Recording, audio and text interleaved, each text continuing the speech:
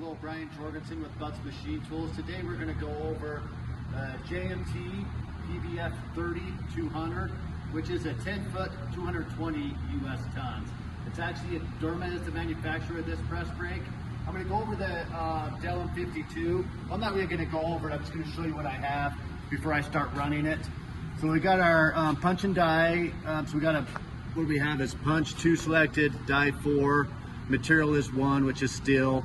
I got my thickness, I got my length, and then right here I got my correction. I want a 90-degree bend. This is where my Y's are gonna go to for my 90-degree bend. So Y1, Y2, you can see it's 8.46. And then I got my X-axis set at 2, my X-axis set at 2, and my retract set at 5, just so you can see some back gauge movement. And what's cool about a retract is it touches the material. I want my back gauge to move so it doesn't put pressure to my back gauge. In big cases where it has enough material, it can actually pull the back gauge off the back of the press brake. So it is good to use a retractor, be aware of what it does. So I'm gonna go ahead and start the machine. I'm gonna make a bend.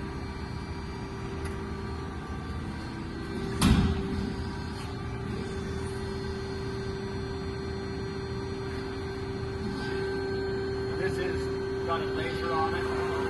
That's a retract where it's hesitation for the back gauge to move back. One bend.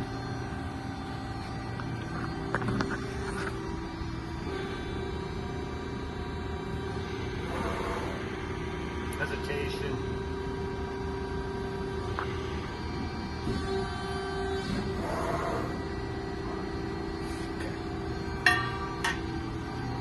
And Josh, if you'll go to the back, I can watch the back gauge move.